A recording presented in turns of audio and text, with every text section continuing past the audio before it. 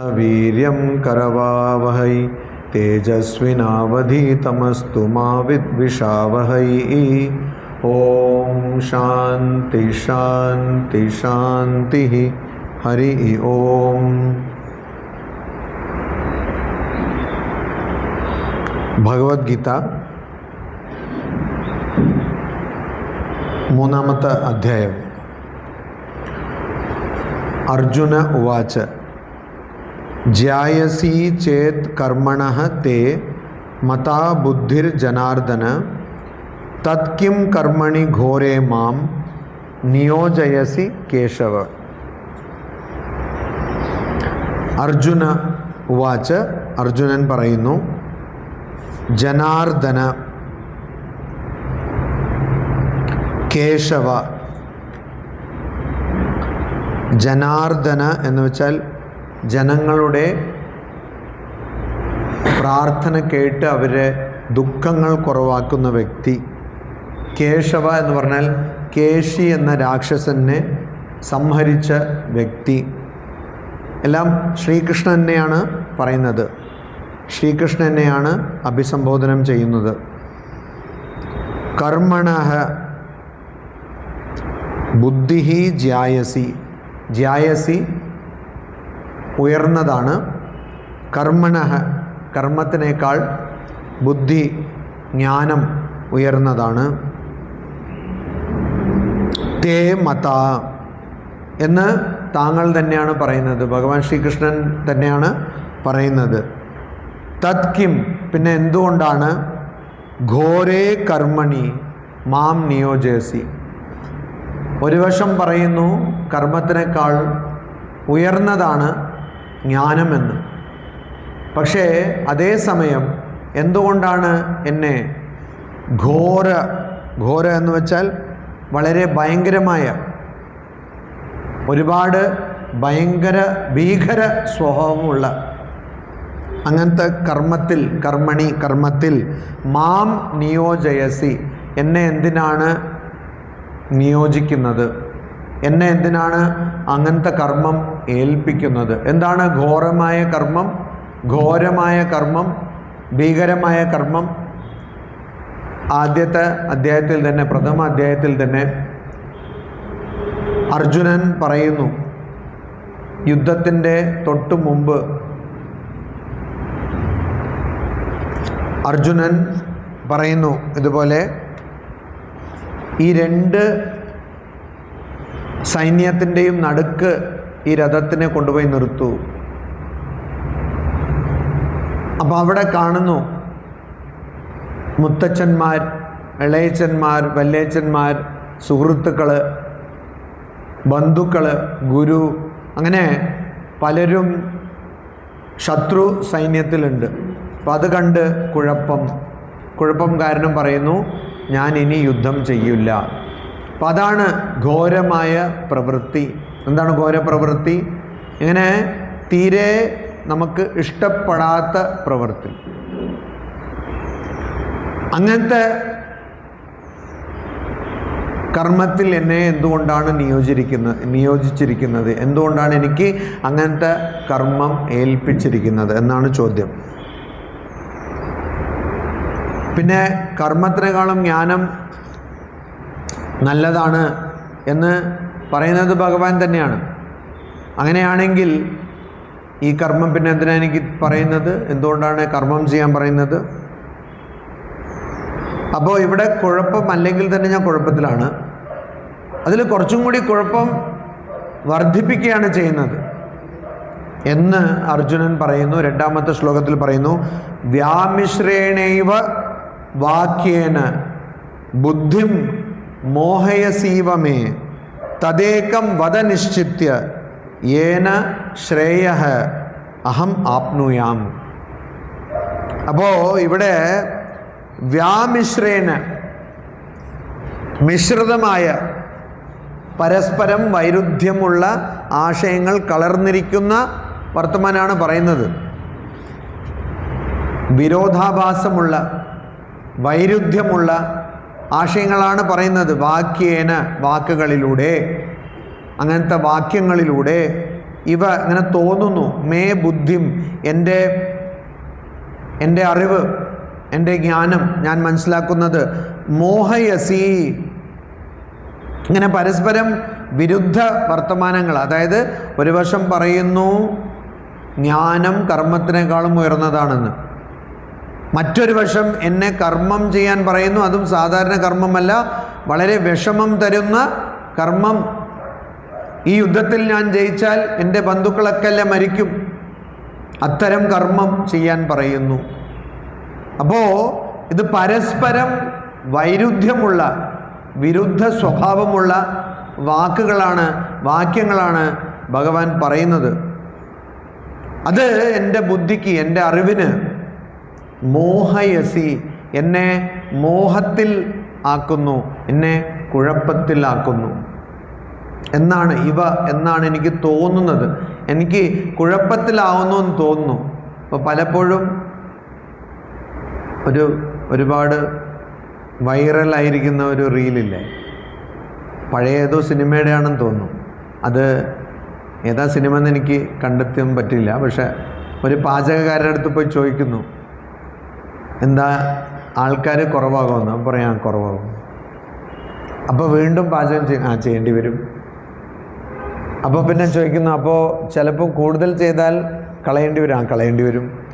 അപ്പോൾ എന്ത് ചോദിച്ചാലും പരസ്പരം വൈരുദ്ധ്യമുള്ള കാര്യങ്ങൾ, എല്ലാറ്റിനും അതെ എന്ന് പറയാം. അങ്ങനെ ചില ആൾക്കാരുടെ പ്രവണതയുണ്ട്. അപ്പോൾ ഭഗവാൻ എങ്ങനെയാണ് പറയുന്നതെന്നാണ് പറയുന്നത് ഇവിടെ. അർജുനൻ്റെ പരാതി, ഭഗവാൻ എങ്ങനെ പരസ്പരം വൈരുദ്ധ്യമുള്ള, വിരോധാഭാസമുള്ള കാര്യങ്ങളാണ് പറയുന്നത്. അപ്പോൾ അതുകൊണ്ട് എനിക്ക് കുഴപ്പമുണ്ടാവുന്നു. അപ്പോൾ അതുകൊണ്ട് എന്ത് ചെയ്യണം? തത് ഏകം നിശ്ചിത്യവത്, അതിലെന്തെങ്കിലും ഒന്ന് ഉറപ്പിച്ച് പറ. നമ്മുടെയൊക്കെ എല്ലാവരുടെയും സ്വഭാവം തന്നെയാണ്. ജീവിതത്തിൽ ഉറപ്പിക്കാൻ പറ്റുന്നില്ല. അപ്പോൾ ചില ആൾക്കാർ ആ തീരുമാനം എടുക്കുന്നത് റോഡിൻ്റെ നടുക്ക് നിന്നിട്ടെടുത്താലും അപകടമാണ്, വണ്ടിയിലിരുന്നാലും അപകടമാണ്. ഇങ്ങോട്ട് പോകോ റോഡിലിരുന്നിട്ട് ചിലപ്പം ഇൻഡിക്കേറ്ററൊക്കെ ഇടും, എന്നിട്ട് വലതുവശത്തേക്ക് ഇൻഡിക്കേറ്റർ ഇട്ടിട്ട് ഇടതുവശത്തേക്ക് പോകും. അല്ലെങ്കിൽ ചില ആൾക്കാർ റോഡ് കടന്നു പോകുമ്പോൾ പകുതി വന്നിട്ട് അവർക്ക് പെട്ടെന്ന് ജ്ഞാനോദയം വരും, പോകണോ വേണ്ടേ. അങ്ങനെയാണ് അപകടം ഉണ്ടാകുന്നത്. ജീവിതത്തിൽ അങ്ങനെ തന്നെയാണ്. അപ്പം എന്തെങ്കിലും ഒന്ന് ഏകം നിശ്ചിത്യവത, ഏതെങ്കിലും ഒന്ന് തീരുമാനിച്ച് പറയൂ. അപ്പം ചിലപ്പോൾ അധ്യാപകരൊക്കെ ക്ലാസ്സിൽ പോയിട്ട് പഠിപ്പിക്കണോ വേണ്ടെന്നൊക്കെ വിചാരിച്ചാൽ ബുദ്ധിമുട്ടല്ലേ. അപ്പോൾ ഏതെങ്കിലും ഒന്ന് ഉറപ്പിച്ച് പറയൂ എന്നാണ് പറയുന്നത്. എന്ത് പറയണം? എന്ത് ചെയ്താലാണോ അഹം ശ്രേയഃ ആപ്നുയാം, എന്ത് ചെയ്താലാണോ എനിക്ക് ഉന്നത അവസ്ഥ കിട്ടുന്നത്, എന്ത് ചെയ്താലാണോ എനിക്ക് ശ്രേയഃ കിട്ടുന്നത്. രണ്ട് കാര്യങ്ങളുണ്ട്, പ്രേയഃ ശ്രേയഃ. കഠോപനിഷത്തിൽ ഇതിനെക്കുറിച്ച് വിശദമായി വരുന്നുണ്ട്. ശ്രേയഃ പ്രേയഃ, നമുക്ക് ഇഷ്ടപ്പെട്ട കാര്യങ്ങൾ, പ്രേയഃ പ്രിയമായ കാര്യങ്ങൾ, അതാണ് പ്രേയഃ. പക്ഷെ അത് നമുക്ക് ഇഷ്ടപ്പെട്ട കാര്യങ്ങളാണ്, പക്ഷെ അതുകൊണ്ട് ചിലപ്പോൾ നമുക്ക് ഗുണമുണ്ടാവില്ല.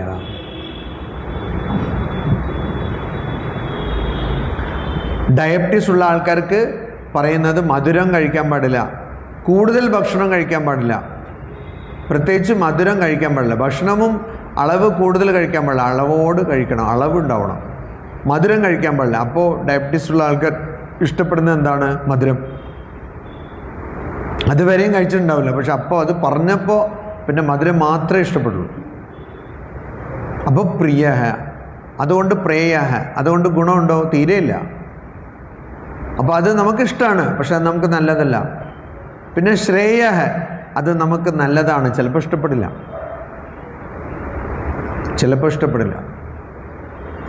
രാവിലെ 3:30 മണിക്ക് എഴുന്നേൽക്കുന്നത് അത് രാത്രിയല്ലെന്ന് ചോദിച്ചാൽ അത് രാവിലെയാണ്. എഴുന്നേറ്റ് പഠിക്കുക നല്ലതാണ്, ഇഷ്ടപ്പെടില്ല. അപ്പോൾ ശ്രേയഃ പ്രേയഃ, ഇംഗ്ലീഷിൽ പറയണമെങ്കിൽ ശ്രേയഃ പ്രിഫറബിൾ, പ്രേയഃ പ്ലഷറബിൾ. അപ്പോൾ പ്രിയമായിരിക്കുന്നത് അതുകൊണ്ട് നമുക്ക് സുഖം ഉണ്ടാവും, പക്ഷെ ഗുണം ഉണ്ടാവില്ല. ഗുണമായിരിക്കുന്നതിൽ സുഖം ഉണ്ടാവില്ല. അപ്പോൾ ഏതൊക്കെ ഭക്ഷണമാണോ കഴിക്കാൻ വളരെ രുചിയായിരിക്കുന്നത് അതൊക്കെ മിക്കവാറും ആരോഗ്യത്തിന് ഹാനികരമായിരിക്കും. മിക്ക അങ്ങനെയാണ്. ഒരുപാട് എണ്ണയൊക്കെ ഇട്ട് നല്ല മസാലയൊക്കെ ഇട്ട് കഴിക്കുമ്പോഴേ അത് കഴിക്കാൻ രുചിയായിരിക്കും, പക്ഷെ ആരോഗ്യത്തിന് ഹാനികരം. എന്തൊക്കെ ആരോഗ്യത്തിന് നല്ലതാണോ അതൊക്കെ മിക്കതും രുചി ഉണ്ടാവില്ല. കയ്പ കഴിക്കണം എന്ന് പറയും, കയ്പയുടെ ജ്യൂസ് കഴിച്ചോളൂ എന്ന്. അപ്പോൾ അത് രുചി ഉണ്ടാവോ? ഒരിക്കലും ഉണ്ടാവില്ല. അപ്പോൾ കയ്പ തന്നെ വറുത്ത് കഴിച്ചാൽ രുചിയാണ്, പക്ഷെ അതുകൊണ്ട് ഗുണമില്ല, അതിലുള്ള പോഷകമൊക്കെ എല്ലാം നഷ്ടപ്പെട്ടു. അപ്പോൾ അതുകൊണ്ട് എന്ത് ചെയ്താലാണോ ഏതിനാണോ എനിക്ക് ശ്രേയ നല്ലതുണ്ടാവാൻ പോകുന്നത് അത് എനിക്ക് പറഞ്ഞു തരൂ. എന്ത് ചെയ്താലാണോ, ഏത് മാർഗം തിരഞ്ഞെടുത്താലാണോ, ഏത് വഴി തിരഞ്ഞെടുത്താലാണോ എനിക്ക് നന്മ കിട്ടാൻ പോകുന്നത്, എനിക്ക് നല്ലത് ഗുണം ചെയ്യാൻ പോകുന്നത്, അത് ഒന്ന് പറഞ്ഞു തരൂ, ഉറപ്പിച്ച് പറയൂ. ഈ ജ്ഞാനം കർമ്മം എന്ന് പറഞ്ഞിങ്ങനെ കളിക്കാതെ ഉറപ്പിച്ച് പറയൂ എന്ന് ഭഗവാൻ ശ്രീകൃഷ്ണൻ്റെ അടുത്ത് അർജുനൻ പറയുന്നു. അപ്പോൾ ഭഗവാൻ ശ്രീകൃഷ്ണൻ മൂന്നാമത്തെ അധ്യായത്തിൻ്റെ മൂന്നാമത്തെ ശ്ലോകത്തിൽ ഭഗവാൻ ശ്രീകൃഷ്ണൻ പറയുന്നു, ശ്രീ ഭഗവാൻ ഉവാച ലോകേസ്മിൻ ദ്വിവിധാ നിഷ്ഠ പുരാ പ്രോക്ത മയാനഘ ജ്ഞാനയോഗേന സാഖ്യാനാം കർമ്മയോഗേന യോഗിനാം. അപ്പോൾ അർജുനനെ അഭിസംബോധനം ചെയ്യുന്നു. അഘ എന്ന് വെച്ചാൽ പാപം എന്നാണ് അർത്ഥം. പാപം എന്ന് വെച്ചാൽ എന്താണ്? തെറ്റായ പ്രവർത്തനം, അതാണ് പാപം. അനഘ എന്ന് വെച്ചാൽ അങ്ങനത്തെ പാപം ചെയ്യാത്ത വ്യക്തി, അനഘ. അപ്പോൾ അർജുന, അനഘനായിരിക്കുന്ന അർജുനനെ, അസ്മിൻ ലോകെ, ഈ ലോകത്തിൽ എന്ന് പറയുമ്പോൾ നമ്മൾ ജനിക്കുന്ന ലോകത്തിൽ, ദ്വിവിധ നിഷ്ഠ, രണ്ട് തരത്തിലുള്ള രണ്ട് വിധങ്ങളിൽ രണ്ട് തരത്തിലുള്ള നിഷ്ഠ, ഭക്തി, മയാ പുരാ പ്രോക്ത, ഞാൻ ആദ്യം തന്നെ, അതായത് ആദ്യം എന്ന് വെച്ചാൽ എന്താണ്? ഇതിനു മുമ്പ് ഇവിടെയും പറഞ്ഞിട്ടുണ്ട്, ഭഗവത്ഗീതയിൽ തന്നെ പറഞ്ഞിട്ടുണ്ട്.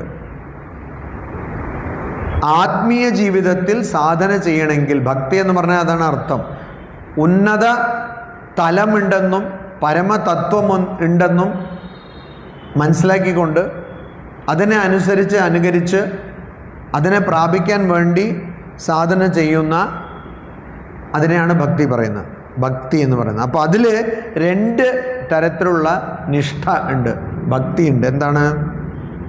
മയാ പുരാ പ്രോക്തം, തുടക്കത്തിൽ ആരംഭത്തിൽ, മയ എന്നാൽ, പ്രോക്ത പറയപ്പെട്ടിട്ടുണ്ട്, ഞാൻ പറഞ്ഞിട്ടുണ്ട്. എന്താണത്? രണ്ട് വഴി.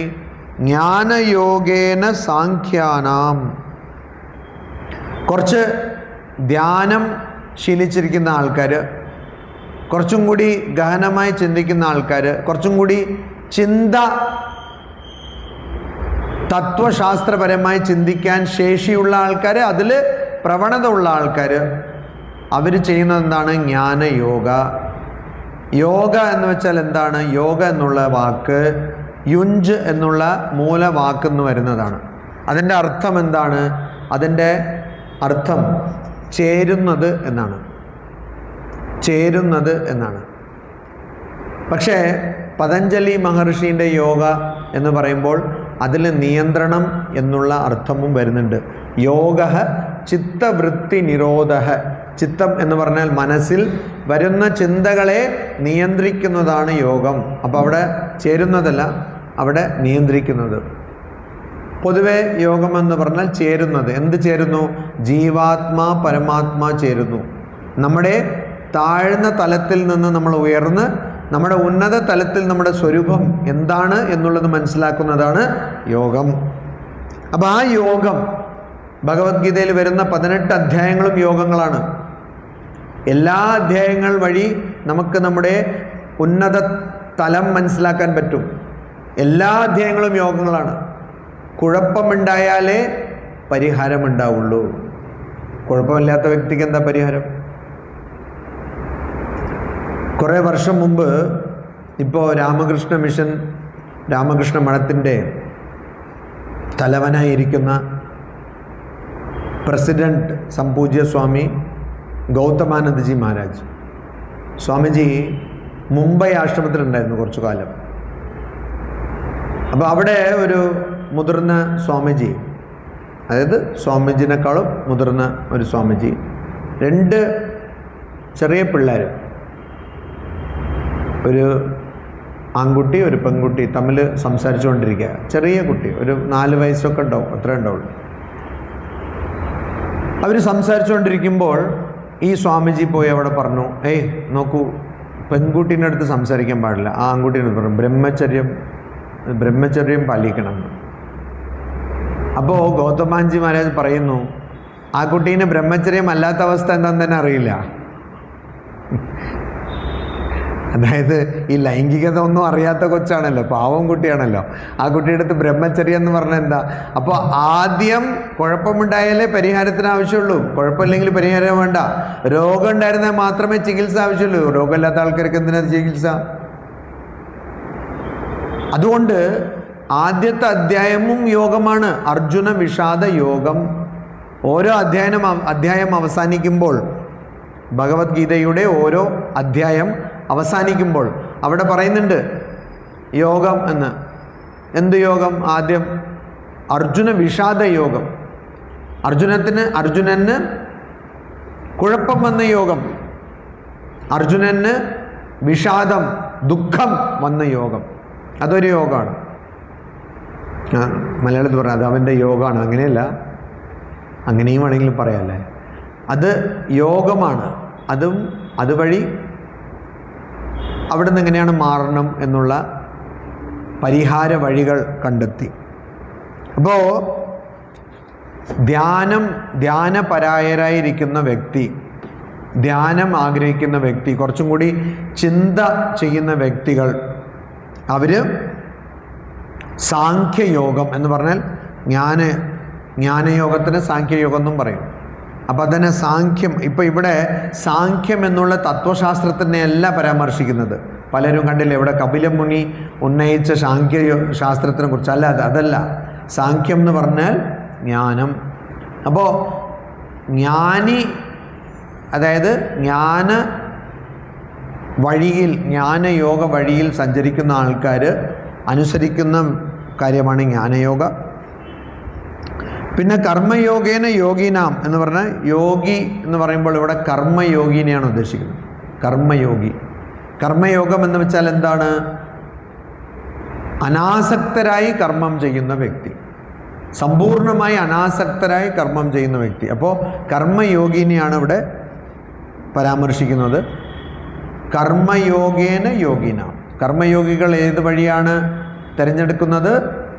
കർമ്മയോഗം. അപ്പം അങ്ങനെ 2 വഴികളാണുള്ളത്. അപ്പോൾ അത് തുടക്കത്തിൽ ഞാൻ പറഞ്ഞിട്ടുണ്ട്. തുടക്കത്തിൽ പറഞ്ഞു എന്ന് വെച്ചാൽ, ഈ സൃഷ്ടിൻ്റെ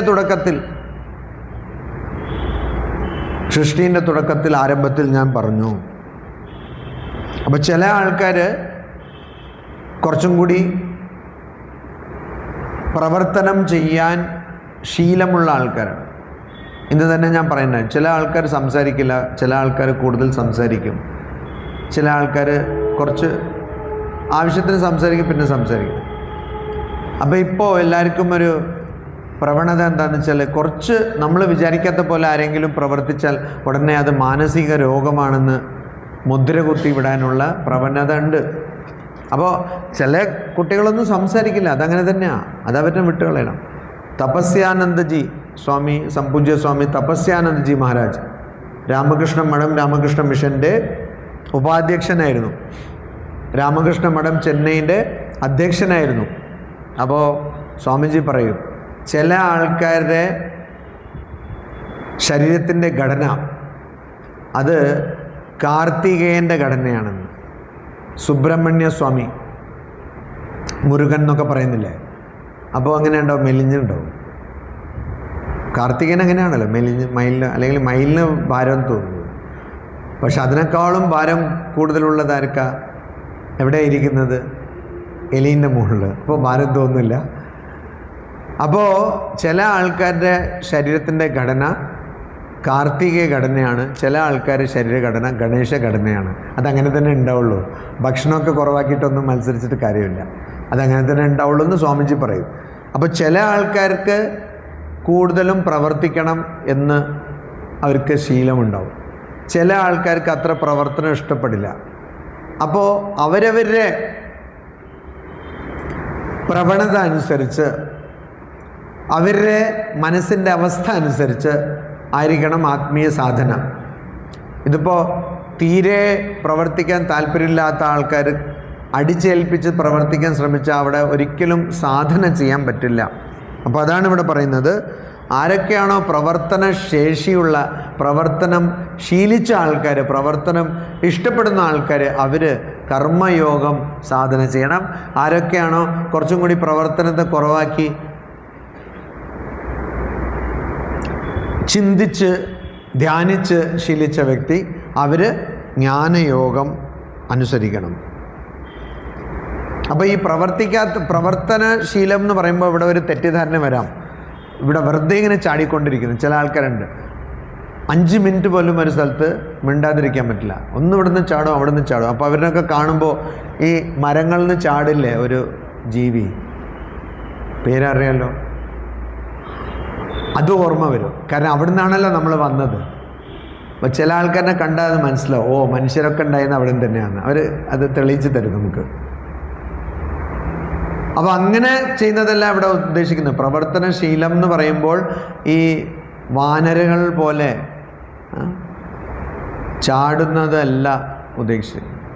ഒരു സ്വാമിജി ഉണ്ട്, ആ സ്വാമിജിക്ക് ഈ തമാശ കൂടുതലാണ്. അപ്പോൾ സ്വാമിജി പെട്ടെന്ന് ഒരു സ്ഥലത്ത് പറഞ്ഞു, ശാഖാമൃഗം എന്ന്.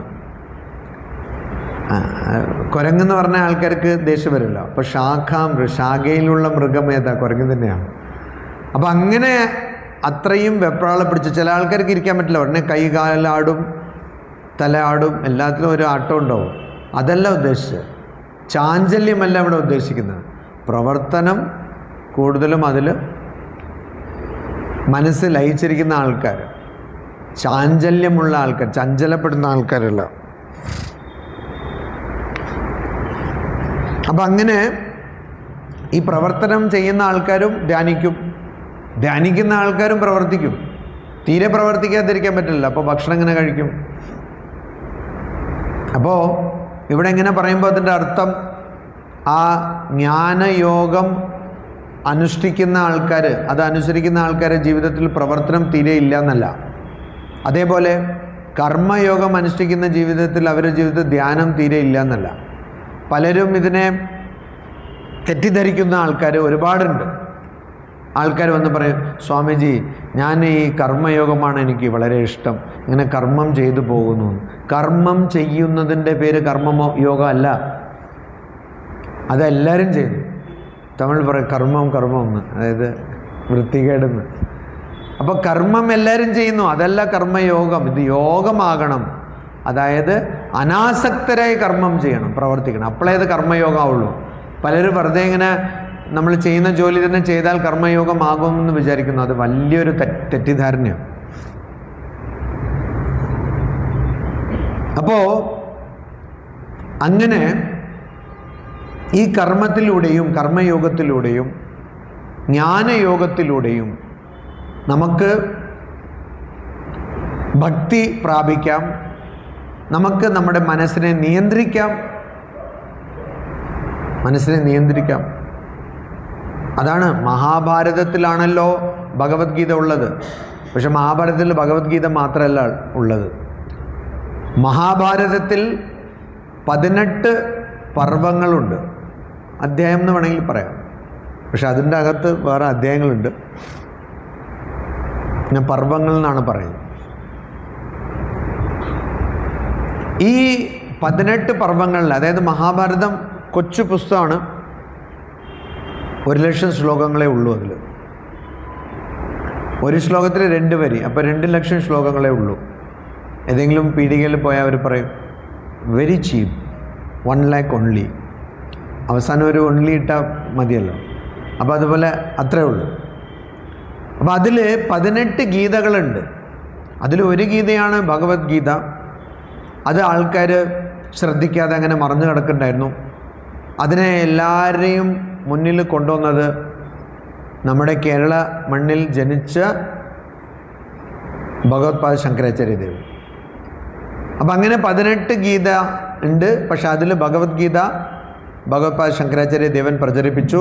അതിന് വ്യാഖ്യാനം എഴുതി. അങ്ങനെ അത് പ്രശസ്തമായി. അതിൽ 18 അധ്യായങ്ങളുണ്ട് ഭഗവത്ഗീതയിൽ. പക്ഷേ ഇതിൽ 18 യോഗങ്ങളുണ്ട്. ഓരോ അധ്യായം ഒരു യോഗമാണ്.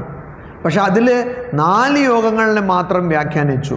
ഭക്തിയോഗം, ജ്ഞാനയോഗം, രാജയോഗം അല്ലെങ്കിൽ ധ്യാനയോഗം, പിന്നെ കർമ്മയോഗം. അത് വിവേകാനന്ദ സ്വാമികൾ വ്യാഖ്യാനിച്ച് അതിനെ പ്രശസ്തമാക്കി.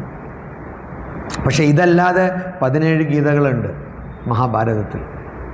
അപ്പം അതിൽ വരുന്ന ഒരു ഗീതയാണ് വ്യാധഗീത. ഇതെന്തിനു പറഞ്ഞു വരുന്നു എന്ന് വെച്ചാൽ, കർമ്മം അനുഷ്ഠിക്കുന്നത് മാത്രമല്ല കർമ്മയോഗം, അനാസക്തരായ കർമ്മത്തിനെ അനുഷ്ഠിക്കുന്നതാണ് കർമ്മയോഗം. പക്ഷെ അത് ഏത് കർമ്മവും ആവാം. അപ്പം അതിൽ വ്യാധഗീത എന്നുള്ള ആ ഗീതയുടെ ആരംഭത്തിൽ ഒരു പശ്ചാത്തലമുണ്ട്. അതിനൊരു കഥയുണ്ട്. എങ്ങനെയാണ് ആ ഗീത ഉണ്ടായത്? ഒരു യുവാ സന്യാസി മരത്തിൻ്റെ ചുവട്ടിലിരുന്ന് ധ്യാനിക്കുന്നു. കുറച്ച് കാലമായിട്ട് ധ്യാനിക്കുന്നു. കുറച്ച് കാലം ധ്യാനിക്കുന്നു, കുറച്ച് ദിവസങ്ങൾ ധ്യാനിക്കുന്നു. ഇങ്ങനെ ധ്യാനിച്ച് ധ്യാനിച്ച് ധ്യാനിച്ച് ഒരുപാട് തപസ്സിൻ്റെ ശക്തി നേടുന്നു. അപ്പോൾ ആ മരത്തിൻ്റെ ചുവട്ടല്ലേ, അപ്പോൾ ഈ മരത്തിൻ്റെ മുകളിൽ 2 കൊക്ക് അവിടെ എന്തോ കളിച്ചുകൊണ്ടിരിക്കുക.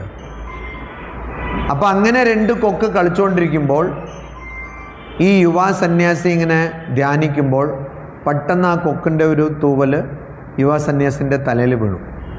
അപ്പോൾ അതുവരെയും സന്യാസി കണ്ണ് അടച്ച് ധ്യാനിച്ചുകൊണ്ടിരിക്കുക. അപ്പോൾ ഈ വീണപ്പോൾ സന്യാസിയുടെ ധ്യാനം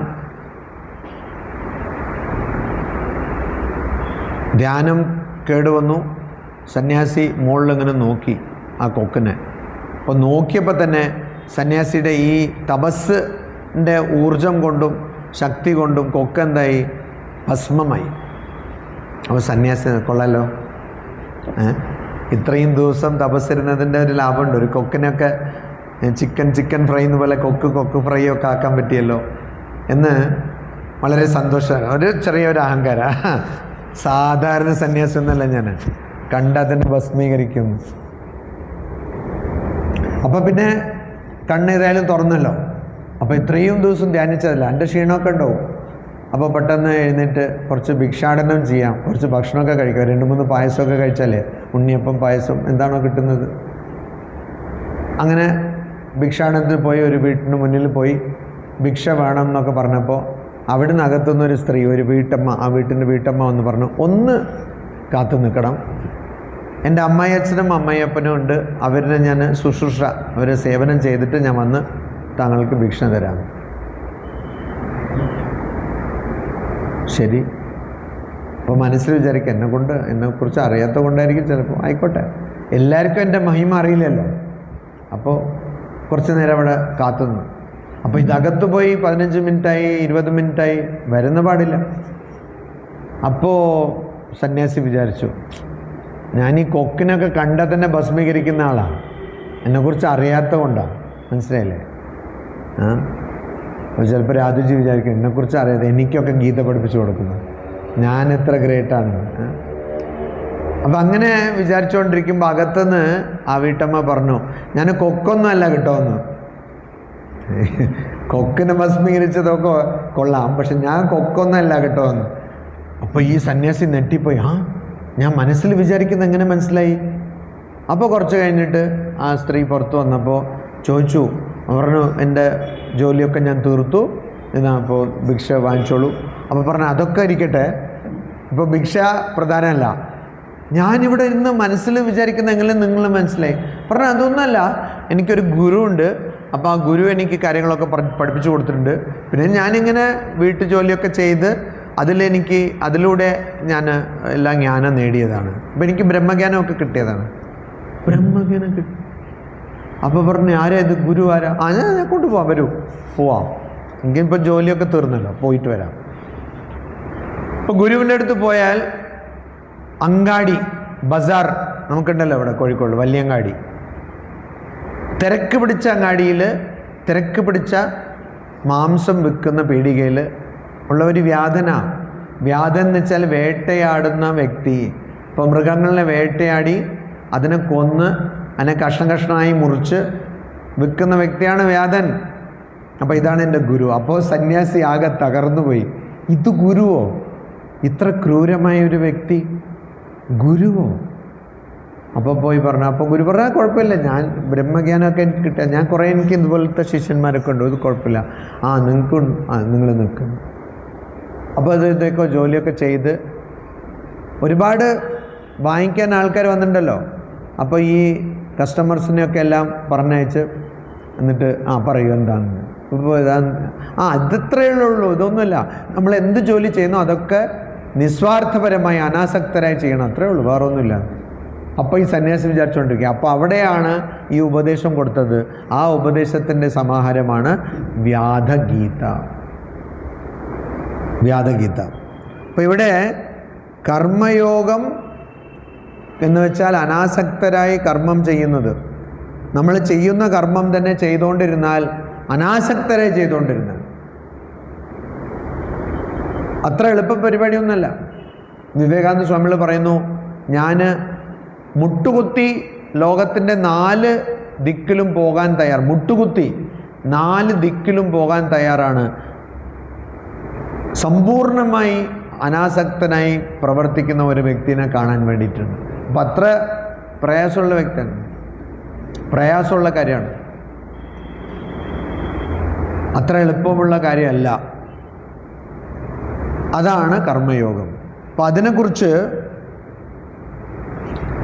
കർമ്മം ചെയ്യാതിരിക്കുന്നതാണോ നല്ലത്, അല്ല കർമ്മയോഗമാണോ നല്ലത്, അല്ല നൈഷ്കർമ്മ്യം എന്നൊന്നുണ്ട്, അതെന്താണ് എന്നൊക്കെ പറയുന്നു അടുത്ത ശ്ലോകത്തിൽ. അതായത് 3-ാമത്തെ അധ്യായത്തിൻ്റെ 4-ാമത്തെ ശ്ലോകത്തിൽ.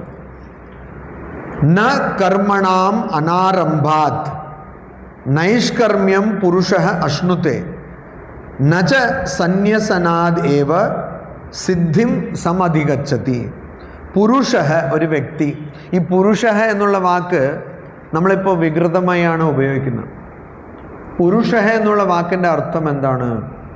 വേദങ്ങളിൽ പുരുഷഃ എന്നുള്ള, വേദം എന്ന് പറയുമ്പോൾ യജുർവേദം, ഋഗ്വേദം, യജുർവേദം, സാമവേദം, അഥർവവേദം, ഈ വേദങ്ങളിൽ സനാതന ധർമ്മത്തിൻ്റെ വേദങ്ങൾ, ഇപ്പോൾ എന്തിനെടുത്താലും വേദപുസ്തകം എന്നാണ് പറയുന്നത്, ബൈബിളിനെയും വേദപുസ്തകം എന്നാണ് പറയുന്നത്. പക്ഷേ വേദം എന്ന് ഞാൻ പറയുമ്പോൾ ഉദ്ദേശിക്കുന്നത് ഈ 4 വേദങ്ങളാണ്. അപ്പോൾ ഈ 4 വേദങ്ങളിലും പുരുഷ എന്ന് പരാമർശിക്കുമ്പോൾ അതിൻ്റെ അർത്ഥം പുരിയിൽ വസിക്കുന്ന എന്നാണ് അർത്ഥം. പുരി എന്ന് വെച്ചാൽ എന്താണ്? അത് ഭഗവത്ഗീതയിലുണ്ട്. നവദ്വാരേ പുരേ ദേഹി, 9 ദ്വാരങ്ങളുള്ള ശരീരം. നവദ്വാരേ പുരേ ദേഹി, 9 ദ്വാരങ്ങളുള്ള ശരീരം, അതാണ് പുരി. അല്ലാതെ ഒഡീസയിലുള്ള പുരിയല്ല, ജഗന്നാഥപുരി, അത് വേറെ. അപ്പോൾ ആ പുരിയിൽ വസിക്കുന്ന വ്യക്തിയാണ് പുരുഷ. അപ്പോൾ എല്ലാവരും പുരുഷന്മാരാണ്, പുരുഷ സ്ത്രീ എന്നൊക്കെ അങ്ങനെയൊന്നുമല്ല, എല്ലാ ജീവികളും പുരുഷനാണ്. അപ്പോൾ 9 ദ്വാരം പക്ഷേ എല്ലാ ജീവികൾക്കും ഉണ്ടാവില്ല, മനുഷ്യനെയാണ് ഉദ്ദേശിക്കുന്നത്. അപ്പോൾ പുരുഷ കർമ്മനാം അനാരംഭാത് നൈഷ്കർമ്മ്യം ന അശ്നുതേ. ഇത് വലിയൊരു, ശരിക്കും പറഞ്ഞാൽ ഭഗവത്ഗീതയിൽ ചില ശ്ലോകങ്ങളൊക്കെ ഉണ്ട്, അതിൻ്റെ പൊരുൾ, അതിൻ്റെ ഗൂഢ അർത്ഥം, അതിൻ്റെ വളരെ ഗഹനമായ അർത്ഥം മനസ്സിലാക്കിയാൽ തന്നെ പൊരുൾ എന്ന് വെച്ചാൽ മനസ്സിലായോ? പൊരുൾ മനസ്സിലായോ? അതന്നെ. അല്ല, മലയാളം ആയതുകൊണ്ട് ചോദിച്ചതാണ്. ചിലപ്പോൾ മലയാള അധ്യാപകർക്ക് മലയാളം അറിയില്ല, കുറച്ച് ക്ഷീണമായിരിക്കും. അപ്പോൾ പൊരുൾ എന്ന് വെച്ചാൽ അർത്ഥം. സാധാരണ അർത്ഥത്തിനും ഉപയോഗിക്കാം, പക്ഷെ പൊതുവെ ആ വാക്ക് ഉപയോഗിക്കുന്നത് അതിൻ്റെ ഗൂഢാർത്ഥത്തിനാണ്. അതായത് ഗഹനമായ തലത്തിൽ, അർത്ഥങ്ങളിൽ പല തലങ്ങളുണ്ടല്ലോ, ഇംഗ്ലീഷിൽ പറയും ലേയേഴ്സ് ഓഫ് മീനിങ് എന്ന് പറയും. തലങ്ങൾ, പല തലങ്ങളുണ്ട്. ലെയർ തലമല്ലേ? അതങ്ങനെ തന്നെയാണ്, നിങ്ങൾക്കറിയാമെന്ന് ചോദിച്ചു. പല തലങ്ങളിലുണ്ടാവും. അപ്പോൾ അർത്ഥത്തിൻ്റെ എല്ലാ തലങ്ങളും വളരെ ഗഹനമായി മനസ്സിലാക്കിയാൽ അതാണ് പൊരുൾ, സമഗ്രമായി വരുന്ന അർത്ഥം. അപ്പോൾ ഭഗവത്ഗീതയിൽ വരുന്ന ചില ശ്ലോകങ്ങളുടെ പൊരുൾ മനസ്സിലാക്കിയാൽ മൊത്തത്തിൽ ഭഗവത്ഗീതയുടെ അർത്ഥം മനസ്സിലാക്കാൻ നമുക്ക് ഒരുപാട് എളുപ്പമാവും. അപ്പം അങ്ങനെ ഒരു വളരെ വായിക്കുമ്പോൾ ചിലപ്പം അർത്ഥത്തിൻ്റെ ഉപരിപ്ലവത്തിൽ മാത്രം ഇരുന്നാൽ, അതായത് സർഫേസ് മീനിങ് അതിൽ മാത്രം ഉണ്ടായിരുന്നാൽ നമുക്കതിൻ്റെ ശരിക്കുള്ള അർത്ഥം മനസ്സിലാവില്ല. അതുകൊണ്ട് ആഴത്തിൽ മനസ്സിലാക്കണം. അപ്പോൾ ഈ ശ്ലോകത്തിൻ്റെ അർത്ഥം എന്താണ്? പുരുഷ, ഒരു വ്യക്തി, കർമ്മനാം അനാരംഭാത്, കർമ്മങ്ങൾ ചെയ്യാതിരുന്നാൽ, അനാരംഭാത് എന്ന് വെച്ചാൽ തുടങ്ങാതിരുന്നാൽ, അതിൻ്റെ അക്ഷരാർത്ഥം എന്താണ്? തുടങ്ങാതിരുന്നാൽ, ആരംഭിക്കാതെ ഇരുന്നാൽ. മനസ്സിലായോ? കർമ്മങ്ങൾ മനസ്സിലാവുന്നുണ്ടോ? കർമ്മങ്ങൾ തുടങ്ങാതിരുന്നാൽ, അതായത് ആരംഭിക്കാതിരുന്നാൽ, നൈഷ്കർമ്മ്യം ന അശ്നുതേ, അശ്നുതേ പ്രാപിക്കുന്നില്ല. എന്ത് പ്രാപിക്കുന്നില്ല? നൈഷ്കർമ്മ്യം. നൈഷ്കർമ്മ്യം എന്ന് വെച്ചാൽ എന്താണ്? കർമ്മമില്ലാത്ത അവസ്ഥ. അത് മനസ്സിലാക്കണം. കർമ്മം എന്ന് വെച്ചാൽ എന്താണെന്ന് ആദ്യം മനസ്സിലാക്കണം. കർമ്മം എന്ന് വെച്ചാൽ നാം ചെയ്യുന്ന കർമ്മത്തിൻ്റെ ഫലമാണ്. അതാണ് കർമ്മം. അപ്പോൾ കർമ്മം എന്നുള്ള വാക്കിന് രണ്ടർത്ഥമുണ്ട്. ഒന്ന്, നാം ചെയ്യുന്ന പ്രവർത്തനം. രണ്ടാമത്തെ അർത്ഥം, നാം ചെയ്യുന്ന പ്രവർത്തനത്തിൻ്റെ ഫലം. രണ്ടിനും കർമ്മം എന്നാണ് അർത്ഥം. അപ്പോൾ ശരിക്കും ഈ പ്രവർത്തിക്കുന്നത് നമ്മളാണോ എന്ന് ചോദിക്കാം. ഇത് കുഴപ്പം വേണ്ടിയിട്ടല്ല കേട്ടോ. കുറച്ചു കാലം മുമ്പ് വീണ്ടും സാമൂഹ്യ മാധ്യമങ്ങളിൽ ഒരു വീഡിയോ ഒരുപാട് വൈറലായി. ഇപ്പം എല്ലാവർക്കും വൈറൽ ഫീവറാണ്. അറിയോ വൈറൽ ഫീവർ എന്ന് വെച്ചാൽ എന്താണ്? The fever to become viral. വൈറലാകാനുള്ള ഫീവറാണ് എല്ലാവർക്കും വൈറലാവും. അപ്പോൾ അങ്ങനെ ഒരു വൈറൽ എന്താണ്? നിങ്ങൾ കാണുന്ന ഞാനല്ല ഞാൻ. അങ്ങനെ അത് ഒരുപാട്, ഞാൻ കാണുന്ന നിങ്ങളല്ല നിങ്ങൾ, അങ്ങനെ എന്തുണ്ടായിരുന്നില്ലേ? ഒരുപാട് വൈറലായി. അപ്പം അതുപോലെ നിങ്ങളുടെ കുഴപ്പം വേണ്ടിയിട്ടല്ല പറയുന്നത്. ഈ കർമ്മം ആരാ ചെയ്യുന്നത്? ഇപ്പം നമ്മൾ വിചാരിച്ചാൽ തന്നെ നമുക്ക് എന്തും ചെയ്യാൻ പറ്റുമോ എന്നുള്ളൊരു ചോദ്യം വന്നാൽ ഭഗവത്ഗീതയിൽ തന്നെ അതിന് ഉത്തരം നമ്മൾ കാണാം. കർമ്മം ചെയ്യണമെങ്കിൽ അതിന് 5 കാര്യങ്ങൾ ആവശ്യമാണ്. ഏതൊരു പ്രവർത്തനത്തിനും 5 കാര്യങ്ങൾ ആവശ്യമാണ്. എവിടെയാണോ ആ പ്രവർത്തനം ചെയ്യുക, അധിഷ്ഠാനം, പിന്നെ ആരാണോ ചെയ്യുന്നത്, പിന്നെ എന്ത് വെച്ചാണോ, ഏത് ഉപകരണം വെച്ചാണോ ചെയ്യുന്നത്. അങ്ങനെ നമുക്ക് 5 കാര്യങ്ങൾ ആവശ്യമാണ്. അതിൽ 5ാമത്തെ കാര്യമാണ് പ്രധാനപ്പെട്ട കാര്യം. എന്താണ് 5ാമത്തെ കാര്യമാണ്? ദൈവം. ദൈവം എന്ന് വെച്ചാൽ ഈശ്വരൻ്റെ ഇച്ഛ. അപ്പം ചിലപ്പം നമ്മൾ 18ാമത്തെ അധ്യായത്തിൽ വരുന്നു, അവസാനത്തെ അധ്യായത്തിൽ 14ാമത്തെ ശ്ലോകം, ആദ്യം എവിടെയാണോ കർമ്മം ചെയ്യുന്നത്, ആരാണോ കർമ്മം ചെയ്യുന്നത്, ഏത് ഉപകരണം വെച്ചാണോ കർമ്മം ചെയ്യുന്നത്, പിന്നെ കർമ്മം ചെയ്യാനുള്ള സങ്കല്പം, പിന്നെ അവസാനം ഈശ്വര ഇച്ഛ. ഇതൊക്കെ നമുക്ക് സംഘടിപ്പിക്കാൻ പറ്റും. പ്രവർത്തിക്കാനുള്ള സ്ഥലം സംഘടിപ്പിക്കാൻ പറ്റും. ആരാണോ പ്രവർത്തനം, ഇത് കുറച്ച് ബുദ്ധിമുട്ടാണ്. ആരാണോ പ്രവർത്തിക്കുന്നത്, ഇപ്പോൾ പ്രവർത്തിക്കാൻ ആൾക്കാർ കിട്ടുന്നില്ല തീരെ, പക്ഷേ അത് സംഘടിപ്പിക്കാൻ പറ്റും. എന്ത് ഉപകരണം വെച്ചാണോ പ്രവർത്തിക്കുന്നത് അത് സംഘടിപ്പിക്കാൻ പറ്റും. പ്രവർത്തിക്കാനുള്ള ആഗ്രഹം അതും നമുക്ക് ചെയ്യാൻ പറ്റും. പക്ഷേ ഈശ്വരേച്ഛ ദൈവം ച ഏവ അത്ര പഞ്ചമം, അതാണ്. അപ്പോൾ കർമ്മം ചെയ്യണമെങ്കിൽ എന്ന് പറഞ്ഞാൽ ചെയ്യാൻ പറ്റില്ല. പിന്നെ യഥാർത്ഥത്തിൽ ഇതൊക്കെ നടക്കുന്നത്, ഇതൊക്കെ നമുക്കിത് മായയാണെന്ന് പറയുമ്പോൾ എന്താണ്? അതാണ് നാരായണത്ത് പ്രാന്തൻ. നാരായണത്ത് പ്രാന്തൻ എന്ത് ചെയ്തു? ഒരു വലിയ കല്ല് രാവിലെ തന്നെ വെളുപ്പിന് തുടങ്ങും, ഒരു കുന്നിന് മേലിങ്ങനെ ഉരുട്ടി ഒരുപാട് അധ്വാനിച്ച് നട്ടുച്ചയൊക്കെ ആകുമ്പോൾ അത് മുകളിൽ കയറും. പിന്നെ അത് കഴിഞ്ഞിട്ട് അവിടുന്ന് എന്ത് ചെയ്യും? അതിനവിടുന്ന് ഒരു ഉന്ത്. അപ്പം ഇതുപോലത്തെ കഥ ഗ്രീക്ക് മിത്തോളജിയിൽ ദ ടേൽ ഓഫ് സിസിഫസ് എന്നുണ്ട്. അപ്പോൾ അദ്ദേഹം തന്നെ ചെയ്യുന്നത് ഈ കല്ല് മുകളിൽ കൊണ്ടുപോകും, അതവിടുത്തെ. അപ്പോൾ നമ്മൾ ചെയ്യുന്നതൊക്കെ വ്യർത്ഥമാണ് എന്നുള്ളത് പ്രതീകമായി കാണിക്കുന്നതാണ്. മഹാന്മാർ അതാണ് ചെയ്യുന്നത്. അപ്പോൾ എല്ലാം വ്യർത്ഥമാണ്. അപ്പോൾ നാം ചെയ്യുന്നു നമ്മൾ വിചാരിക്കുന്നു, അത് അജ്ഞാനം കൊണ്ട് അങ്ങനെ വിചാരിക്കുന്നു. ഭഗവാൻ ശ്രീരാമകൃഷ്ണ ദേവൻ പറയുന്നുണ്ട്, ഒരു പശു അല്ലെങ്കിൽ ഏതെങ്കിലും ഒരു മൃഗം, പക്ഷെ പശുവിനെ കുറിച്ചാണ് പറയുന്നത്, ബാ എന്ന് പറയും, അത് ഞാനാണെന്ന്. അങ്ങനെയല്ലേ പശുവിൻ്റെ ശബ്ദം? പിന്നെ അത് ചെയ്ത് അവസാനം പശു മരിക്കുന്നു. പിന്നെ പശുവിൻ്റെ തോലെടുക്കുന്നു. ഈ പശുവിൻ്റെ തോല് കൊണ്ടാണ് ഈ മൃദംഗമൊക്കെ ഉണ്ടാക്കുന്നത്. അപ്പോൾ അവിടെ ഒരു വേറെ രീതിയിലുമില്ല, ഒരു മൃദംഗം പോലത്തെ ഒരു സംഭവം, അതിൽ മേളം. അപ്പോൾ അതിൽ ഒരു കോല് വെച്ച് ഇങ്ങനെ ചെയ്യും. അപ്പോൾ അത് തൂ തൂ തൂന്ന് എന്തോ ശബ്ദം വരും. അപ്പോൾ ഇത്രയും അടി കൊണ്ട് അവസാനം തുഹു എന്ന് പറഞ്ഞാൽ ബംഗാളിയിൽ നീ എന്നാണ് അർത്ഥം, തൂ എന്ന് പറഞ്ഞാൽ ഹിന്ദിയിലും നീ എന്നാണ് അർത്ഥം. അപ്പോൾ ഞാൻ എന്ന് പറഞ്ഞാൽ അവസാനം അടി കൊണ്ട് അവസാനം എല്ലാം ഭഗവാന്റെ ഇച്ഛ എന്ന് പറയും. പക്ഷെ അതിൻ്റെ ഇടയ്ക്ക് പല്ലൊക്കെ പോയിട്ടുണ്ടാവും. അതുകൊണ്ട് പല്ല് പോകാത്ത അവസ്ഥയിൽ ഇത് അറിയുന്നതല്ലേ നല്ലത്, അല്ലേ? എന്ത് പറയുന്നു? അപ്പോൾ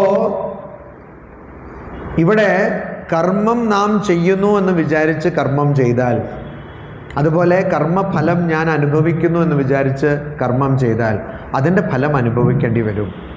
അപ്പോൾ ഇതൊരു വല്ലാത്തൊരു ചക്രമാണത്. അതിലൊക്കെ നാം കുടുങ്ങിയിരിക്കുകയാണ്. കർമ്മം ചെയ്യുന്നു, ഞാൻ ചെയ്തു. കണ്ടില്ലേ, പലരും ഈ കട്ടൻ ഉണ്ടാക്കിയാൽ പറയും ഞാനാണ് ഉണ്ടാക്കിയത്. അതിനത്ര വേണം, PhD ഒക്കെ വേണം കട്ടൻ ഉണ്ടാക്കാൻ. പക്ഷെ കട്ടൻ ഉണ്ടാക്കി പറയും ഞാൻ ഉണ്ടാക്കിയിട്ടുണ്ട്, എങ്ങനെയുണ്ട് വെള്ളം തിളപ്പിച്ച പോലും പറയും ചിലപ്പം. അപ്പോൾ ഇത് അഹങ്കാരക്കാരനാണ് ഇങ്ങനെ വരുന്നത്. അത് നമ്മളതിൽ കുടുങ്ങിയിരിക്കുക. അപ്പോൾ ഞാനാണ് ചെയ്യുന്നത്, ഞാനാണ് അനുഭവിക്കുന്നത് എന്ന് വിചാരിച്ച് കർമ്മം ചെയ്താൽ അതിൻ്റെ ഫലം നാം അനുഭവിക്കേണ്ടി വരും. പക്ഷേ ഞാനല്ല കർമ്മം ചെയ്യുന്നത്, കർമ്മം തന്നെ നടക്കുന്നു, ഞാനല്ല അനുഭവിക്കുന്നത്. അത് എങ്ങനെയാണോ എൻ്റെ കർമ്മഫലം അത് ഞാൻ അനുഭവിക്കുന്നു എന്ന് എനിക്ക് തോന്നുന്നു എന്നുള്ള യഥാർത്ഥമാരാണോ മനസ്സിലാക്കുന്നത്, അവർക്ക് പിന്നെ കർമ്മം ചെയ്യേണ്ട ആവശ്യമില്ല, അവർക്ക് പിന്നെ വീണ്ടും ജനിക്കേണ്ട ആവശ്യമില്ല. അത് അവരുടെ അവസാന ജന്മം. ആ അവസ്ഥേനെയാണ് നൈഷ്കർമ്മ്യം എന്ന് പറയാം. അതുകൊണ്ട് തന്നെ രമണ മഹർഷിയുടെ അടുത്ത് പോകുന്ന ആൾക്കാർ ആർക്കാണോ അതിൻ്റെ കഴിവുണ്ടായിരുന്നത്, അത് ആരാണോ യോഗ്യരായിരുന്നത് അവരെ കണ്ട് രമണ മഹർഷി പറയും സുമ്മാ ഇരു, അത് വെറുതെ ഇരിക്കാനൊന്നും പറ്റില്ല. അതായത് കർമ്മം നീ ചെയ്യുന്നില്ല. അപ്പോൾ ഇവിടെ ഒരു വ്യക്തി കർമ്മമൊന്നും ചെയ്യാതിരുന്നാൽ ആ വ്യക്തിക്ക് കർമ്മമുക്തരാകാൻ പറ്റില്ല. കർമ്മബന്ധനങ്ങളിൽ നിന്ന് മുക്തരാകണമെങ്കിൽ കർമ്മം അനാസക്തിയോട് ചെയ്യണം. നമ്മൾ ബന്ധനങ്ങളിൽ കുടുങ്ങിയിരിക്കുകയാണ്. അതെന്ത് മാറണമെങ്കിൽ കർമ്മം ചെയ്യാതിരുന്നാൽ പറ്റില്ല. എന്തുകൊണ്ട്? കാരണം ആസക്തി മനസ്സിലുണ്ട്. പുറത്തൊന്നും പ്രവർത്തിക്കുന്നില്ല, പക്ഷെ ആഗ്രഹങ്ങളും ആസക്തിയൊക്കെ മനസ്സിലുണ്ട്. അതുകൊണ്ട് കർമ്മം ചെയ്യാതെ ഇരുന്നാൽ കർമ്മനാം അനാരംഭാത് നൈഷ്കർമ്മ്യം അശ്നുതേ. നൈഷ്കർമ്മ്യം എന്നുള്ള അവസ്ഥ, കർമ്മങ്ങളിൽ നിന്ന് മുക്തരായിരിക്കുന്ന അവസ്ഥ ഒരിക്കലും കർമ്മം ചെയ്യാതിരുന്നാൽ പ്രാപിക്കില്ല. അതുപോലെ തന്നെ നച സന്യസനാത് ഏവ സിദ്ധിം സമധി ഗച്ഛതി. പലരും പറയും, ഞാൻ ഇടയ്ക്കിടയ്ക്ക് പറയുന്ന കാര്യമാണ്, വിവാഹമൊക്കെ കഴിച്ച് ഒരു 1.5 വർഷം 2 വർഷമൊക്കെ കഴിഞ്ഞാൽ അവർ ഹണിമൂൺ പീരീഡ് തീർന്നല്ലോ, പിന്നെ അവർ വന്ന് പറയും സ്വാമിജി ഞാൻ വിചാരിക്കും ഞാനും ആശ്രമത്തിൽ ചേരാമെന്ന്. തമാശല്ലേ, ശരിക്കുള്ള കാര്യം. അപ്പോൾ ഞങ്ങൾ പറയും ഞങ്ങളൊന്ന് സമാധാനത്തോടെ ജീവിച്ചോട്ടെ, നിങ്ങളും അവിടെ സമാധാനത്തോടെ ഒന്നും ചേരണ്ട, ഇടയ്ക്കിടയ്ക്ക് വന്ന് പോയാൽ മതി. അപ്പം അതുതന്നെയാണ് ഇവിടെ ഭഗവാൻ ശ്രീകൃഷ്ണൻ പറയുന്നത്. നച സന്യസനാത് ഏവ, സന്യസനാത് സിദ്ധിം ന സമധി ഗച്ഛതി. അതായത് സിദ്ധിം, സമ്പൂർണത എന്ന് വെച്ചാൽ ഞാൻ ആത്മനാണ്, ഞാൻ ബ്രഹ്മനാണ്, ഞാൻ ഭഗവാന്റെ സന്തതിയാണ് എന്നുള്ള ബോധം, തിരിച്ചറിവ് എന്നുള്ള ജ്ഞാനം, അത് സന്യസനാതേവ ന സമധിഗച്ഛതി. സന്യസിച്ചാൽ മാത്രം, വെറുതെ സന്യസിച്ചാൽ മാത്രം അത് കിട്ടില്ല, അത് പ്രാപിക്കാൻ പറ്റില്ല, ആ ജ്ഞാനം പ്രാപിക്കാൻ പറ്റില്ല. അപ്പം സന്യസിച്ചാലും സാധന ചെയ്ത് ഈ കർമ്മം ശരിക്കും അജ്ഞാനത്തിൽ നിന്നാണ് വരുന്നത്. കർമ്മം ഞാനല്ല ചെയ്യുന്നത്, കർമ്മബന്ധം എൻ്റെ അല്ല, കർമ്മം ഫലം അതും ഞാനല്ല അനുഭവിക്കുന്നതെന്ന് സാധനയിലൂടെ മനസ്സിലാക്കണം, തിരിച്ചറിയണം. ഇപ്പോൾ സന്യാസിയായ ചിലപ്പം ഒരു യൂട്യൂബ് ചാനലൊക്കെ തുടങ്ങാം, ആശ്രമമൊക്കെ ഉണ്ടാക്കാം, കുറേ ഭക്തന്മാരുണ്ടാവും. ഒരു വ്യക്തി പറഞ്ഞതാ, ഏത് വിഡ്ഢീനെ കേൾക്കാനും നമ്മുടെ രാജ്യത്തിൽ 10 ആൾക്കാരുണ്ടാവും. മനസ്സിലായില്ലേ? ഏതൊരു സന്യാസിനെയും കേൾക്കാൻ 10 അവർ പറയുന്നത് കേൾക്കാൻ 10 ആൾക്കാരുണ്ടാവും. ആ സന്യാസി ഒന്നും പറഞ്ഞില്ലേ പറയും മൗനി ബാബ, അതിന് 10 ആൾക്കാരുണ്ടാവും. 10 എന്ന് വെച്ചാൽ കുറച്ച് ആൾക്കാരുണ്ടാവും. പിന്നെ വേറൊരു സന്യാസി പെട്ടെന്ന് ഇങ്ങനെ ചീത്ത പറയുന്നു, പറയും ഭയങ്കര യോഗ്യമാണ്, പെട്ടെന്ന് നമുക്ക് ചീത്ത പറയാം. ശരിക്കും ആ ചീത്തയല്ല, നമുക്ക് അനുഗ്രഹമാണ്. അങ്ങനെയും 10 ആൾക്കാരുണ്ടാവും. വേറൊരു സന്യാസി ഒരുപാട് വാചാലനായി പാര്യം പറഞ്ഞാൽ എന്തൊരു ജ്ഞാനിയാണ്, എത്ര കാര്യങ്ങൾ അറിയാം, അതിനും 10 ആൾക്കാരുണ്ടാവും. അതുകൊണ്ട് നമ്മുടെ രാജ്യത്തിൽ എല്ലാറ്റിനും 10 ആൾക്കാർ, കേൾക്കാൻ 4 ആൾക്കാരുണ്ടാവും. പിന്നെ ഒരു ആശ്രമമായി ഒരു ഇതായി അങ്ങനെ പോവാം. പക്ഷെ ആ വ്യക്തിക്ക് നൈഷ്കർമ്മ്യം പ്രാപിക്കണമെങ്കിൽ, മുക്തി പ്രാപിക്കണമെങ്കിൽ ഇതൊന്നും പോരാ. അതുകൊണ്ടാണ് പറയുന്നത് സന്യസനാത് ഏവ എന്ന് വെച്ചാൽ അതുകൊണ്ട് മാത്രം, സന്യസിക്കുന്നത് കൊണ്ട് മാത്രം. അതുകൊണ്ട് സന്യസിക്കുന്നത് മോശമാണെന്നല്ല പറയുന്നത്. ഉടനെ ഇവിടെ ചില ആൾക്കാർ, കുറച്ച് ബുദ്ധിജീവികളുണ്ട്, ഭഗവാൻ ഉണ്ടാക്കിയത് ഹോമോ സേപ്പിയൻസ് സേപ്പിയൻസ് മനുഷ്യനെയാണ്, നമ്മളുണ്ടാക്കിയത് ഹോമോ സേപ്പിയൻസ് സേപ്പിയൻസ് ബുദ്ധിജീവി. എല്ലാറ്റിനും ചോദ്യം ചോദിക്കും, അവരെ മാത്രം ചോദ്യം ചോദിക്കില്ല. അതാണ് ബാക്കി ആൾക്കാരിനെയൊക്കെ ചോദ്യം ചോദിക്കുക, അവരുടെ സ്വന്തം ചോദ്യം ചോദിക്കില്ല. അപ്പോൾ അത് ബുദ്ധിജീവി പറയും, ഓ കണ്ടില്ലേ ഇവിടെ പറഞ്ഞിട്ടുണ്ട് സന്യാസം എന്ന് പറയുന്നത് തെറ്റാണെന്ന്. അങ്ങനെയല്ല. അതായത് ഔപചാരികമായി ആനുഷ്ഠാനികമായി ചടങ്ങ് പ്രകാരം സന്യസിച്ച് യഥാർത്ഥത്തിൽ മനസ്സിൽ അനാസക്തി ഇല്ലെങ്കിൽ, അതാണ് ഇവിടെ ഉദ്ദേശിക്കുന്നത്. അങ്ങനെ ഇല്ലെങ്കിൽ എന്താവും? അതുകൊണ്ട് നൈഷ്കർമ്മ്യം പ്രാപിക്കാൻ പറ്റില്ല. അതുകൊണ്ട് സമ്പൂർണമായ സിദ്ധി പ്രാപിക്കാൻ പറ്റില്ല. സിദ്ധി എന്ന് പറയുമ്പോൾ ഇവിടെ നൈഷ്കർമ്മ്യം തന്നെയാണ് ഉദ്ദേശിക്കുന്നത്. ആത്മജ്ഞാനം, ബ്രഹ്മജ്ഞാനം, ഭഗവത് ദർശനം അല്ലെങ്കിൽ മോക്ഷം, ഇത് പ്രാപിക്കാൻ പറ്റില്ല. അത് വേണമെങ്കിൽ എന്ത് ചെയ്യണം? അത് വേണമെങ്കിൽ സാധന തന്നെ ചെയ്യണം. ഉപദേശിക്കുന്നത് എല്ലാവർക്കും അറിയാം.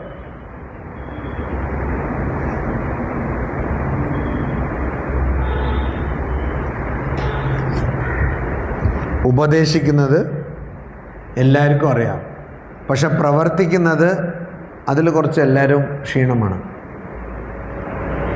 അപ്പോൾ എന്തുകൊണ്ട് നാം കർമ്മയോഗം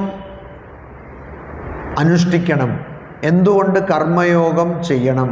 ആ സാധന എന്തുകൊണ്ട് ചെയ്യണം? അതിനെന്താണ് അതിൻ്റെ യുക്തി എന്ന് ഭഗവാൻ ശ്രീകൃഷ്ണൻ 5-ാമത്തെ ശ്ലോകത്തിൽ, 3-ാമത്തെ അധ്യായത്തിൻ്റെ 5-ാമത്തെ ശ്ലോകത്തിൽ പറയുന്നു. നഹി കശ്ചിത് ക്ഷണമപി ജാതു തിഷ്ഠതി അകർമ്മകൃത് കാര്യത്തെ ഹി വശ കർമ്മ സർവഃ പ്രകൃതി ജൈർഗുണൈ. ജാതു ഒരിക്കലും, ക്ഷണം ഒരു മുഹൂർത്തം അല്ലെങ്കിൽ ഒരു സെക്കൻഡ്, അപ്പി പോലും, കശ്ചിത് ആർക്കും തന്നെ, അകർമ്മകൃത് ഒന്നും ചെയ്യാതെ, നഹി തിഷ്ഠതി ഒരിക്കലും ഇരിക്കാൻ പറ്റില്ല. അതായത് ഒന്നും ചെയ്യാതിരിക്കാൻ പറ്റില്ല. തിഷ്ഠതി എന്ന് പറയുമ്പോൾ ഇരിക്കുന്നതല്ല ഉദ്ദേശിക്കുന്നത്, ഒന്നും ചെയ്യാതെ കഴിയാൻ പറ്റില്ല. അപ്പോൾ ഒന്നും ചെയ്യാതെ ഇരിക്കാൻ പറ്റില്ല ആർക്കും, ഒരു മുഹൂർത്തം പോലും. അപ്പോൾ പറയാം എത്രയോ നേരം നിങ്ങൾ ഒന്നും ഇങ്ങനെ നോക്കിക്കൊണ്ടിരിക്കുന്നു. അപ്പം എന്താ ചിന്തിക്കുന്നുണ്ട്? കർമ്മയോഗത്തിന് വ്യാഖ്യാനം നൽകുമ്പോൾ ആദ്യം തന്നെ വിവേകാനന്ദ സ്വാമികൾ ആദ്യത്തെ പ്രഭാഷണത്തിൽ തന്നെ പറയും, ചിന്തിക്കുന്നതും കർമ്മമാണ്. ടു തിങ്ക് ഇസ് ഓൾസോ കർമ്മ. ചിന്തിക്കുന്നതും കർമ്മമാണ്. അപ്പം അങ്ങനെ ചിന്തിക്കുന്നതും കർമ്മമാണ്. അപ്പോൾ ഒരു മുഹൂർത്തം പോലും, ഒരു സെക്കൻഡ് പോലും ആർക്കും ഒന്നും ചെയ്യാതെ ഇരിക്കാൻ പറ്റില്ല. എന്തുകൊണ്ടാണ് അങ്ങനെ? ഹി കാരണം പ്രകൃതി ജൈഹി, പ്രകൃതി കൊണ്ടുണ്ടായ, ഗുണൈഹി ഗുണങ്ങൾ മൂലം. ഗുണങ്ങൾ എന്താണ്? 3 ഗുണങ്ങളാണ്. അല്ല, നമ്മൾ ഗുണം എന്ന് പറയുമ്പോൾ ആ ഗുണം എല്ലാവർക്കും പല ഗുണങ്ങളാണ്. ചില ആൾക്കാർക്ക് നല്ല ഗുണം, ചില ആൾക്കാർക്ക് ചീത്ത ഗുണം, ചില ആൾക്കാർ ഏതോ ഗുണം, ഒരു ജാതി ഗുണം, അങ്ങനെയൊക്കെ പല ഗുണം. ആ ഗുണമല്ല ഉദ്ദേശിക്കുന്നത്.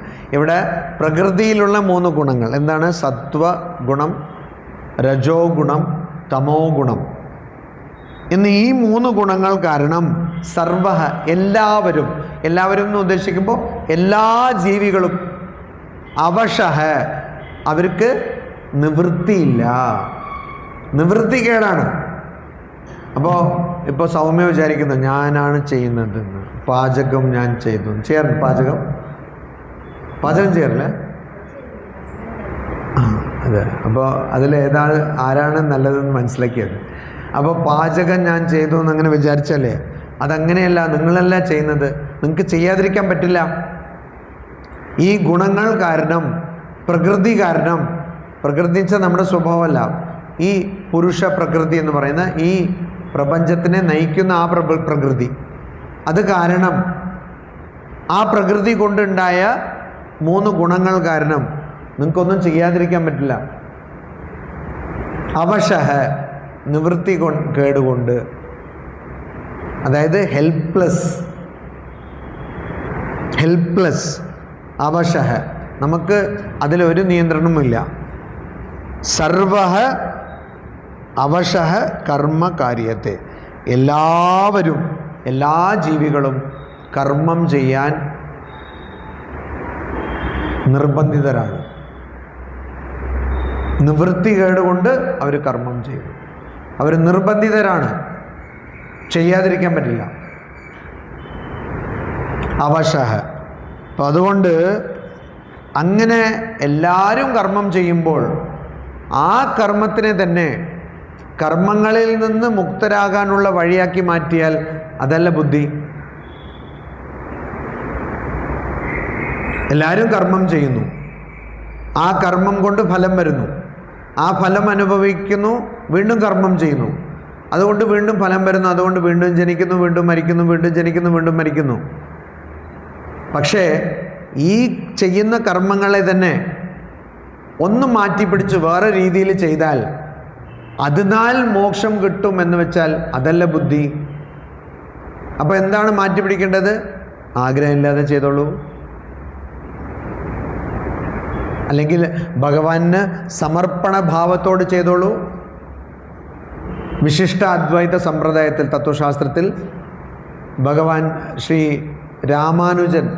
രാമാനുജാചാര്യൻ ഉന്നയിച്ച തത്വശാസ്ത്രമാണ് വിശിഷ്ട അദ്വൈതം. അതിൽ കൈങ്കര്യം എന്ന് പറയുന്നുണ്ട്. കൈങ്കര്യം എന്ന് വെച്ചാൽ ഭഗവാന് ചെയ്യുന്ന സേവനം. അപ്പോൾ എല്ലാം കൈങ്കര്യമായി വിചാരിച്ച് ചെയ്താൽ മതി. അപ്പോൾ അതിൻ്റെ സ്വഭാവം മാറും. നുണ പറഞ്ഞ് കൈങ്കര്യം എന്ന് പറയാൻ പറ്റില്ലല്ലോ. അപ്പോൾ ഭഗവത് സമർപ്പണത്തോടെ ചെയ്യാം, അല്ലെങ്കിൽ അനാസക്തരായി ചെയ്യാം, അതിലും സ്വഭാവം മാറും. നൈതിക മൂല്യങ്ങൾ പാലിക്കാതെ ചെയ്യാൻ പറ്റില്ല. ഞാൻ അനാസക്തനാണ് പക്ഷെ കക്കുമെന്ന് പറഞ്ഞാൽ അത് പറ്റില്ലല്ലോ. ആസക്തി ഇല്ലാതെ കക്കാൻ പറ്റില്ലല്ലോ. അപ്പോൾ അതിന് തന്നെ അത് സ്വതവേ വരും. നൈതിക മൂല്യങ്ങൾ പാലിക്കുന്നത് അവിടെ തന്നെ വരും.